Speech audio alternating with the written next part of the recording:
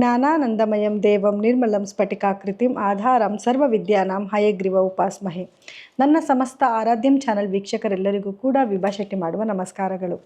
ಮಾಸ ಭವಿಷ್ಯ ಕಾರ್ಯಕ್ರಮಕ್ಕೆ ತಮಗೆಲ್ಲರಿಗೂ ಸ್ವಾಗತ. ಈ ತಿಂಗಳು ಅಂದರೆ ಏಪ್ರಿಲ್ 2026ರ ಮಾಸ ಭವಿಷ್ಯ ಹೇಗಿದೆ, ದ್ವಾದಶ ರಾಶಿಗಳ ಮೇಲೆ ಏನೆಲ್ಲ ಪರಿಣಾಮ ಬೀರ್ತಿದೆ ಗ್ರಹಗಳು ಅನ್ನೋದನ್ನು ನೋಡೋಣ ಬನ್ನಿ.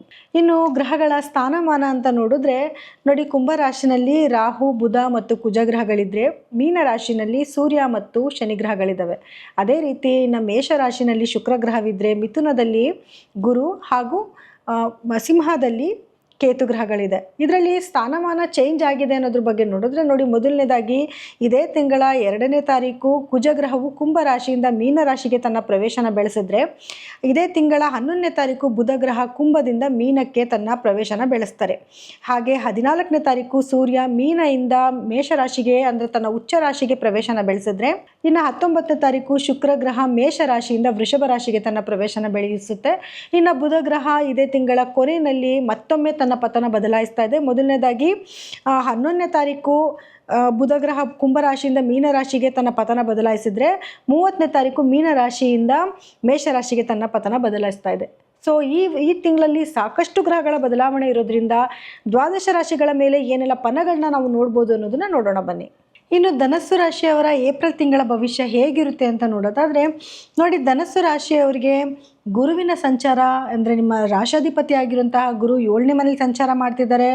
7ನೇ ಮನೆಯಿಂದ ಗುರುವಿನ ದೃಷ್ಟಿಯು ನಿಮಗೆ ಬಿದ್ದಿದೆ.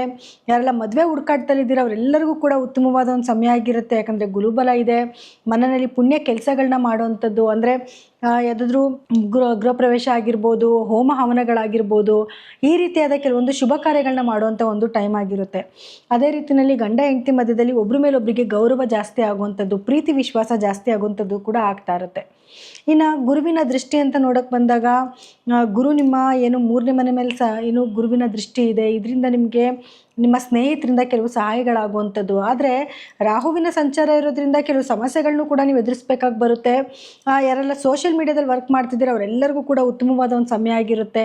ನೀವೇನು ಕೆಲಸ ಮಾಡ್ತಿದ್ದೀರಾ ಬೇಗ ಜನಗಳಿಗೆ ರೀಚ್ ಆಗುವಂಥದ್ದು, ಬೇಗ ಫೇಮಸ್ ಆಗುವಂಥದ್ದು ಕೂಡ ಆಗುತ್ತೆ. ನೀವೇನಾದರೂ ಸೋಷಿಯಲ್ ಮೀಡಿಯಾದಲ್ಲಿದ್ದರೆ ಖಂಡಿತವಾಗ್ಲೂ ಬೇಗ ಗುರುತಿಸ್ಕೊಳ್ಳೋಕ್ಕೆ ಒಂದು ಒಳ್ಳೆಯ ಅವಕಾಶ ನೀವು ಖಂಡಿತವಾಗ್ಲೂ ನೋಡಬಹುದು. ಇನ್ನು ನೋಡಿ, 4ನೇ ಮನೆಯಲ್ಲಿ ನಿಮಗೆ ಶನಿ, ಕುಜ, ಬುಧ ಗ್ರಹದ ಒಂದು ಸಂಚಾರ ಕೂಡ ಇರೋದ್ರಿಂದ ಭೂಮಿಗೆ ಸಂಬಂಧಪಟ್ಟಿದ್ದ ವ್ಯವಹಾರಗಳೇನಾದರೂ ಮಾಡ್ತಿದ್ದೀರಾ ಅಂದರೆ ಖಂಡಿತವಾಗ್ಲೂ ಅದರಲ್ಲಿ ಯಶಸ್ಸನ್ನು ನೋಡ್ಬೋದು. ಆದರೆ ತಾಯಿಯ ಆರೋಗ್ಯದಲ್ಲಿ ಸ್ವಲ್ಪ ನೀವು ಏನು ಪ್ರಾಬ್ಲಮ್ಸ್ನ ಎದುರಿಸ್ಬೇಕಾಗಿ ಬರುತ್ತೆ. ಅಥವಾ ಬೇಗ ಅವರಿಗೆ ಕಾಯಿಲೆಗಳೇನಾದರೂ ಇತ್ತು ಅಂದರೆ ವಾಸಿ ಆಗದೆ ಇರೋವಂಥದ್ದು, ಅಥವಾ ಅವ್ರ ವರ್ತನೆಯಲ್ಲಿ ಏನಾದರೂ ಕೆಲವು ಸಮಸ್ಯೆಗಳಾಗುವಂಥದ್ದು, ಇದರಿಂದ ಮನಸ್ಸಿಗೆ ಸ್ವಲ್ಪ ನಿಮಗೆ ನೋವಾಗೋ ಸಾಧ್ಯತೆಗಳಿರುತ್ತೆ.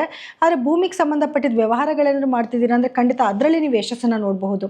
ಏನಾದರೂ ಹೊಸ ವಾಹನ ಖರೀದಿ ಮಾಡುವಂಥದ್ದಾಗಿರ್ಬೋದು, ಭೂಮಿ ಖರೀದಿ ಮಾಡುವಂಥದ್ದಾಗಿರ್ಬೋದು, ಅಥವಾ ಮನೆ ದುರಸ್ತಿ ಕಾರ್ಯಗಳನ್ನ ಮಾಡಿಸೋದಾಗಿರ್ಬೋದು, ಅದೆಲ್ಲದಕ್ಕೂ ಕೂಡ ಉತ್ತಮವಾದ ಒಂದು ಸಮಯ ಆಗಿರುತ್ತೆ.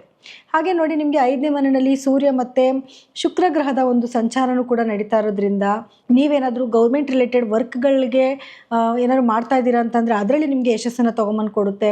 ಅದರಲ್ಲೂ ನಿಮಗೇನಾದರೂ ತುಂಬ ದಿವಸಗಳಿಂದ ಭೂಮಿಗೆ ಸಂಬಂಧಪಟ್ಟಿದ್ದು ಕೆಲಸಗಳು ಆಗಿಲ್ಲ, ಅಥವಾ ತುಂಬ ಯಾರ್ದಾದ್ರು ಒಬ್ಬರು ಸೈನ್ ಬೇಕು ಅದಕ್ಕೋಸ್ಕರ ಓಡಾಡ್ತಿದ್ದೀರಾ ಅಂದರೆ ಅದೆಲ್ಲದಕ್ಕೂ ಒಳ್ಳೆ ಟೈಮ್ ಇದಾಗಿರುತ್ತೆ. ಈ ಟೈಮಲ್ಲಿ ನೀವೇನಾದರೂ ಪ್ರಯತ್ನ ಪಟ್ಟರೆ ಖಂಡಿತ ಆ ಕೆಲಸಗಳನ್ನ ನೀವು ಮಾಡ್ಕೊಬಹುದು. ಇನ್ನು ಗೌರ್ಮೆಂಟ್ ಉದ್ಯೋಗಿಗಳಿಗೂ ಕೂಡ ಉತ್ತಮವಾದ ಒಂದು ಸಮಯ ಆಗಿರುತ್ತೆ. ನೀವೇನಾದರೂ ಪ್ರಮೋಷನ್ಸ್ಗೆ ಏನಾದರೂ ಹುಡುಕಾಡ್ತಿದ್ರೆ ಅದರಲ್ಲಿ ಯಶಸ್ಸು ನೋಡುವಂಥದ್ದು, ರಾಜಕೀಯದವ್ರಿಗೂ ಕೂಡ ತುಂಬ ಉತ್ತಮವಾದ ಒಂದು ಸಮಯ ಆಗಿರುತ್ತೆ. ಸೊ ಈ ಸಮಯನ ನೀವು ಸದುಪಯೋಗ ಪಡಿಸ್ಕೋಬೇಕು. ಇನ್ನು ಶುಕ್ರನು ಕೂಡ 5ನೇ ಮನೆಯಲ್ಲಿರೋದ್ರಿಂದ ಮಕ್ಕಳ ಆರೋಗ್ಯದಲ್ಲೂ ಕೂಡ ತುಂಬ ಯಶಸ್ಸನ್ನು ನೋಡಬಹುದು ನೀವು. ಅದರಲ್ಲೂ ಮಕ್ಕಳಿಗೆ ನಿಮಗೆ ಏನಾದರೂ ಈ ಹೆಣ್ಮಕ್ಳು, ಎಸ್ಪೆಷಲಿ ಹೆಣ್ಮಕ್ಳಿದ್ದಾರೆ ಅಂತಂದರೆ ಅವ್ರಿಗೇನಾದರೂ ಕಾಸ್ಮೆಟಿಕ್ಸ್ ಐಟಮ್ಸ್ನ ತೊಗೊಂಬಂದು ಕೊಡುವಂಥದ್ದು, ಏನಾದರೂ ಹೊಸ ವಸ್ತುಗಳನ್ನ ಖರೀದಿ ಮಾಡುವಂಥದ್ದು. ಮತ್ತು ಗಂಡ ಹೆಂಡತಿ ಮಧ್ಯದಲ್ಲಿ ನಾನು ಹೇಳಿದೆ ಗುರುವಿನ ಸಂಚಾರದಿಂದ ಗೌರವ ಜಾಸ್ತಿ ಆಗುತ್ತೆ ಅಂತ. ಹಾಗೆ ಪ್ರೀತಿ ಕೂಡ ತುಂಬ ಚೆನ್ನಾಗಾಗತ್ತೆ. ಅಥವಾ ಒಬ್ಬರ ಮೇಲೊಬ್ಬರಿಗೆ ವಿಶ್ವಾಸ ಜಾಸ್ತಿ ಆಗುತ್ತೆ. ಆದರೆ ಸೂರ್ಯನ ಒಂದು ಸಂಚಾರ 5ನೇ ಮನೆಯಲ್ಲೇ ಇರೋದ್ರಿಂದ ಸ್ವಲ್ಪ ಕೋಪ ತಾಪಗಳು ಅದೇ ರೀತಿಯಲ್ಲಿ ಇರುತ್ತೆ.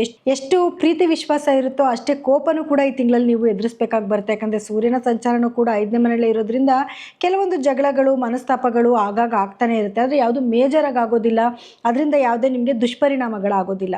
ಕೇತು ನಿಮ್ಮ 9ನೇ ಮನೆಯಲ್ಲಿ ಸಂಚಾರ ಮಾಡ್ತಾ ಇರೋದ್ರಿಂದ ನಿಮ್ಗೆ ಏನಾದರೂ ಸ್ಪಿರಿಚುವಲ್ ಟ್ರಾವೆಲ್ ಮಾಡಬೇಕು ಅಂದ್ಕೊಂಡ್ರೆ ಒಬ್ಬೊಬ್ರಿಗೂ ಒಂದೊಂಥರ ಆಸೆ ಇರುತ್ತೆ. ಕೆಲವರಿಗೆ ಟ್ರಿಪ್ ಮಾಡಬೇಕು ಅಂತಂದರೆ ಒಂದು ಒಳ್ಳೊಳ್ಳೆ ಪ್ಲೇಸಸ್ಗೆ ಹೋಗಬೇಕು ಅಂತಿರುತ್ತೆ. ಇನ್ನು ಕೆಲವ್ರಿಗೆ ಏನಾಗುತ್ತೆ ದೇವಸ್ಥಾನಗಳಿಗೆ, ಅದರಲ್ಲೂ ದೂರದಲ್ಲಿರುವಂಥ ದೇವಸ್ಥಾನಗಳ ದರ್ಶನ ಮಾಡಬೇಕು ಅನ್ನೋದಿರುತ್ತೆ. ಆ ಆಸೆಗಳನ್ನ ನೆರವೇರಿಸ್ಕೊಳ್ಳುವಂಥ ಒಂದು ಟೈಮ್ ಇದಾಗಿರುತ್ತೆ. ಆದರೆ ತಂದೆ ಆರೋಗ್ಯದಲ್ಲಿ ಸ್ವಲ್ಪ ಸಮಸ್ಯೆಗಳನ್ನ ಎದುರಿಸ್ಬೇಕಾಗಿ ಬರುತ್ತೆ. ಅಂದರೆ ಅವ್ರಿಗೆ ಬೋನ್ಗೆ ಸಂಬಂಧಪಟ್ಟ ಸಮಸ್ಯೆಗಳು ಎದುರಿಸ್ಬೇಕಾಗಿ ಬರುತ್ತೆ, ಅಥವಾ ಏನಾದರೂ ಸಮಸ್ಯೆಗಳು ಆಪ್ರೇಷನ್ ಆಗುವಂಥದ್ದು ಈ ರೀತಿಯಾದ ಕೆಲವು ಸಮಸ್ಯೆಗಳನ್ನ ಎದುರಿಸ್ಬೇಕಾಗಿ ಬರುತ್ತೆ.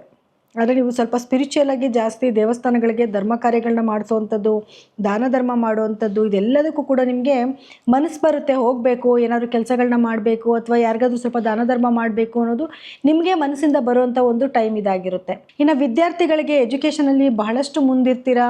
ಏನು ಓದಿದ್ರೂ ಕೂಡ ಬೇಗ ನಿಮಗೆ ತಲೆಗಂಟು ಅಂಥದ್ದು ಇದೆಲ್ಲನೂ ಕೂಡ ಆಗ್ತಾ ಇರುತ್ತೆ. ಹೇಗೂ ಮನೆಯಲ್ಲೂ ಕೂಡ ಒಂದು ಶುಭ ಕಾರ್ಯಗಳು ನಡೀತಾ ಇರುತ್ತೆ. ಹಾಗೆ ಹಣದ ಅರಿವು ಕೂಡ ತುಂಬ ಚೆನ್ನಾಗಿರುತ್ತೆ. ಯಾಕಂದರೆ ಗ್ರಹಗಳ ಅಲೈನ್ಮೆಂಟ್ ಆ ರೀತಿ ಇರೋದ್ರಿಂದ ಫಿನಾನ್ಷಿಯಲ್ ಸ್ಟೇಟಸ್ಗೆ ಯಾವುದೇ ರೀತಿಯಾದ ತೊಂದರೆ ನಿಮಗಿರೋದಿಲ್ಲ. ಹಣಕಾಸು ಚೆನ್ನಾಗೇ ಬರ್ತಾ ಇರುತ್ತೆ. ಆದರೆ ನಿಮಗೆ ಆರೋಗ್ಯ ಸಮಸ್ಯೆಗಳು ಏನು ಎದುರಿಸ್ತೀರಾ ಅಂತ ನೋಡಿದ್ರೆ ಸ್ವಲ್ಪ ಮಾತಿನಲ್ಲಿ ಸ್ವಲ್ಪ ಇಡ್ತಾ ಇರಬೇಕಾಗಿ ಬರುತ್ತೆ. ಅದರಿಂದ ಕೆಲವು ಸಮಸ್ಯೆಗಳು ನಿಮಗೆ ಬರುವಂಥ ಚಾನ್ಸಸ್ ಇರುತ್ತೆ. ಎರಡನೇದೇನು ಅಂತಂದರೆ ರಕ್ತದಲ್ಲಿ ಸ್ವಲ್ಪ ಏರಿಳಿತಗಳಾಗುವಂಥದ್ದು ಅಥವಾ ನರಕ್ಕೆ ಸಂಬಂಧಪಟ್ಟಿರುವಂಥ ಕೆಲವು ಸಮಸ್ಯೆಗಳನ್ನ ಎದುರಿಸ್ಬೇಕಾಗಿ ಬರುತ್ತೆ. ಅಥವಾ ಸ್ಕಿನ್ ಡಿಸೀಸ್ ಬರುವಂಥದ್ದು ಅಥವಾ ಹೀಟ್ ರಿಲೇಟೆಡ್ ಸ್ವಲ್ಪ ಸಮಸ್ಯೆಗಳನ್ನ ನೀವು ಎದುರಿಸ್ಬೇಕಾಗಿ ಬರುತ್ತೆ. ಆದಷ್ಟು ಧನುಸ್ಸು ರಾಶಿಯವರಿಗೆ ತುಂಬ ಉತ್ತಮವಾದ ಒಂದು ಸಮಯನೇ ಆಗಿರುತ್ತೆ. ಅಂಥ ಮೇಜರ್ ಪ್ರಾಬ್ಲಮ್ಸ್ ಅಂತ ಏನೂ ಇರೋದಿಲ್ಲ. ಕೆಲವೊಂದು ವೈಮನಸ್ಯಗಳಾಗುವಂಥದ್ದು ಅದು ಬಿಟ್ಟರೆ ಆರೋಗ್ಯದಲ್ಲಿ ಸಣ್ಣ ಪುಟ್ಟ ಏರುಪೇರುಗಳಾಗೋದು ಬಿಟ್ಟರೆ ಖಂಡಿತವಾಗ್ಲೂ ತುಂಬ ಉತ್ತಮವಾದ ಒಂದು ಸಮಯ ಆಗಿರುತ್ತೆ. ಇನ್ನು ಯಾರೆಲ್ಲ ರೈತರಿದ್ದೀರಾ ರೈತರಿಗೂ ಕೂಡ ಒಳ್ಳೆ ಬೆಳೆ ಬೆಳೆದು ಒಳ್ಳೆ ಲಾಭನ ತಗೊಳ್ಳೋಂಥ ಒಂದು ಟೈಮ್ ಇದಾಗಿರುತ್ತೆ. ಇನ್ನು ಪರಿಹಾರ ಏನು ಮಾಡ್ಕೋಬೇಕು ಅಂತಂದರೆ ಗುರುವಿನ ಆರಾಧನೆ ಜಾಸ್ತಿ ಮಾಡುವಂಥದ್ದು. ಯಾಕಂದರೆ ಗುರುವಿನ ದೃಷ್ಟಿಯಿಂದಲೇ ನಿಮಗೆ ಎಲ್ಲ ಲಾಭಗಳು ನೀವು ನೋಡ್ತಾ ಇರೋದ್ರಿಂದ ಗುರುವಾರದ ದಿವಸ ಗುರುಗಳ ದೇವಸ್ಥಾನಕ್ಕೆ ಹೋಗುವಂಥದ್ದು, ಒಂದು 10 ನಿಮಿಷ ಧ್ಯಾನ ಮಾಡುವಂಥದ್ದು ಅಥವಾ ಕಡಲೆಕಾಳಿಂದ ಮಾಡಿರೋ ಖಾದ್ಯಗಳನ್ನ ಮಾಡ್ಕೊಂಡು ಹೋಗಿ ಅದನ್ನೆಲ್ಲರಿಗೂ ಡಿಸ್ಟ್ರಿಬ್ಯೂಟ್ ಮಾಡೋದು ಅಥವಾ ನೀವೇ ಮನೆಯಲ್ಲಿ ಕಡಲೆಕಾಳಿನ ಖಾದ್ಯಗಳನ್ನ ಮಾಡಿ ಸೇವನೆ ಮಾಡುವಂಥದ್ದು. ಇದ್ರ ಜೊತೆಗೆ ಸ್ವಲ್ಪ ಸೂರ್ಯೋದಯಕ್ಕೆ ಮುಂಚೆ ಎದ್ದು ಸೂರ್ಯನ ಆರಾಧನೆ ಮಾಡುವಂಥದ್ದು, ಸೂರ್ಯನಿಗೆ ನಮಸ್ಕಾರ ಹಾಕೊಳ್ಳುವಂಥದ್ದು, ಆದಿತ್ಯ ಹೃದಯ ಪಾರಾಯಣ ಮಾಡುವಂಥದ್ದು. ಇದಿಷ್ಟನ್ನು ಮಾಡಿಕೊಂಡ್ರೆ ಏನೇ ನೆಗೆಟಿವಿಟಿ ಬಂದರೂ ತಪ್ಪಿಸ್ಬೋದು. ನಿಮಗೆ ಶನಿಯ ದೃಷ್ಟಿ ಕೂಡ ಏನು ಗುರುವಿನ ದೃಷ್ಟಿ ಇದೆ, ಇದ್ರ ಜೊತೆಗೆ ಶನಿಯ ದೃಷ್ಟಿ ಇರೋದ್ರಿಂದ ಕೆಲವು ಸಮಸ್ಯೆಗಳನ್ನ ಎದುರಿಸ್ಬೇಕಾಗುತ್ತೆ. ಅಂದರೆ ಒಂದು ಒಳ್ಳೇದಾಗ್ತಿದೆ ಅಂತಂದಾಗ ಕೆಟ್ಟದು ಕೂಡ ಆಗುವಂಥದ್ದು ಅಥವಾ ಲೇಜಿ ಫೀಲ್ ಮಾಡುವಂಥದ್ದು. ಯಾರು ಹೋಗ್ತಾರೆ, ನಾಳೆ ಮಾಡೋಣ ಬಿಡು, ನಾಳೆ ವ್ಯಕ್ತಿನ ಮೀಟ್ ಮಾಡೋಣ ಬಿಡು ಅಂದ್ಕೊಳ್ಳೋದು, ಇದು ಕೂಡ ಆಗ್ತಾ ಇರುತ್ತೆ. ಇದಕ್ಕಾಗಿ ಪ್ರತಿ ಶನಿವಾರದ ದಿವಸ ಎಣ್ಣೆ ಹಚ್ಕೊಂಡು ಸ್ನಾನ ಮಾಡ್ಕೊಳ್ಳಿ. ಜೊತೆಗೆ ಒಂದು ಸೂರ್ಯಾಸ್ತದ ನಂತರ ಸ್ವಲ್ಪ ದಾನ ಧರ್ಮ ಮಾಡೋದನ್ನ, ಅದನ್ನು ಒಂದು ವ್ಯಕ್ತಿಗಾರು ದಾನ ಧರ್ಮ ಮಾಡೋದನ್ನ ಸ್ವಲ್ಪ ರೂಢಿ ಮಾಡ್ಕೊಳ್ಳಿ. ಖಂಡಿತ ಒಳಿತನ್ನ ನೀವು ನೋಡ್ಬೋದು. ಇನ್ನು ಇದಾಗಿತ್ತು ಏಪ್ರಿಲ್ ತಿಂಗಳ ಮಾಸ ಭವಿಷ್ಯ.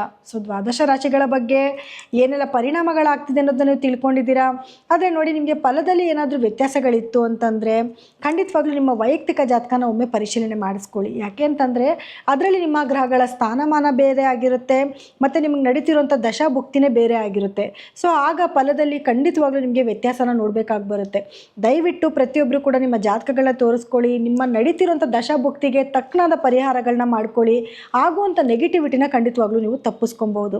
ನೀವು ನಮ್ಮಲ್ಲೇನಾದರೂ ಜಾತಕಗಳನ್ನ ವಿಮರ್ಶೆ ಮಾಡಿಸ್ಕೊಬೇಕು ಅಂತಂದರೆ ಸ್ಕ್ರೋಲ್ ಆಗ್ತಿರುವಂಥ ನಮ್ಮ ನಂಬರ್ಗೆ ಕರೆ ಮಾಡಿ ನೀವು ಅಪಾಯಿಂಟ್ಮೆಂಟ್ನ ತೊಗೋಬಹುದು. ಸೊ ಎಲ್ಲರಿಗೂ ಕೂಡ ನನ್ನ ಧನ್ಯವಾದಗಳು. ಮುಂದಿನ ತಿಂಗಳಲ್ಲಿ ಮತ್ತೆ ನಾನು ನಿಮ್ಮನ್ನು ಭೇಟಿ ಮಾಡ್ತೀನಿ. ಧನ್ಯವಾದಗಳು.